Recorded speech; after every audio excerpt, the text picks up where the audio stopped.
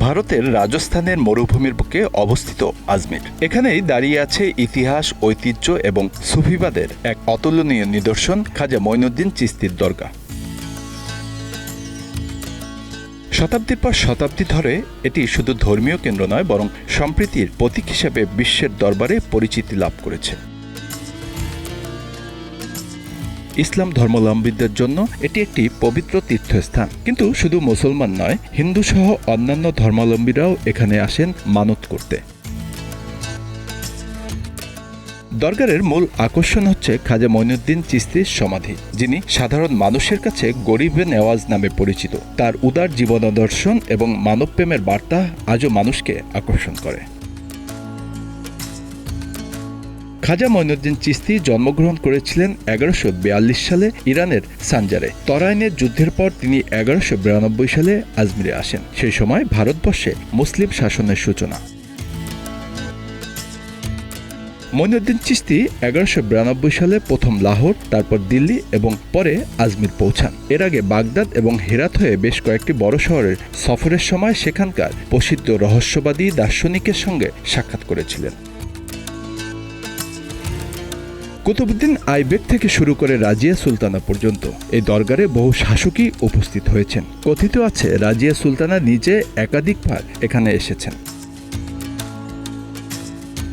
খাজা মঈনুদ্দিন চিশতির জীবন ছিল এক নিখাত সেবা ও সম্প্রীতির দৃষ্টান্ত। তিনি নিজে মাত্র একটি রুটি খেতেন, কিন্তু দরিদ্রদের জন্য তার লঙ্গরখানা সর্বদা প্রস্তুত থাকত। তার বার্তা ছিল স্পষ্ট: মানুষ শান্ত থেকেও অত্যাচার প্রতিহত করতে হবে। এই মানবপ্রেমী তাকে একজন মহান সুফি সাধক করে তুলেছিলেন।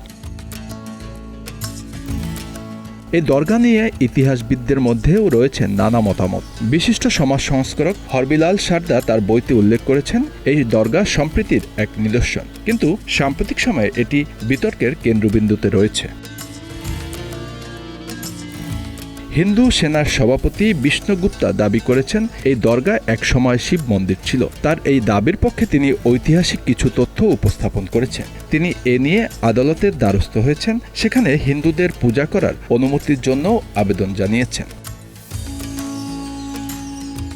অন্যদিকে দরগার প্রধান উত্তরাধিকারী সৈয়দ নাসিরুদ্দিন চিশতি এই দাবিকে সস্তা প্রচার বলে অভিহিত করেছেন। এই দরগা নিয়ে বিতর্ক নতুন কোনো বিষয় নয়, তবে এর ধর্মীয় ও ঐতিহাসিক গুরুত্ব আজও অক্ষুণ্ণ। প্রতি বছর জানুয়ারি মাসে খাজা মঈনুদ্দিন চিশতির উরস উপলক্ষে লক্ষ লক্ষ ভক্ত এখানে সমবেত হন। উরস উদযাপন শুধুমাত্র একটি ধর্মীয় উৎসব নয়, বরং এটি ভারতীয় উপমহাদেশের সংস্কৃতির ঐতিহ্যের অংশ।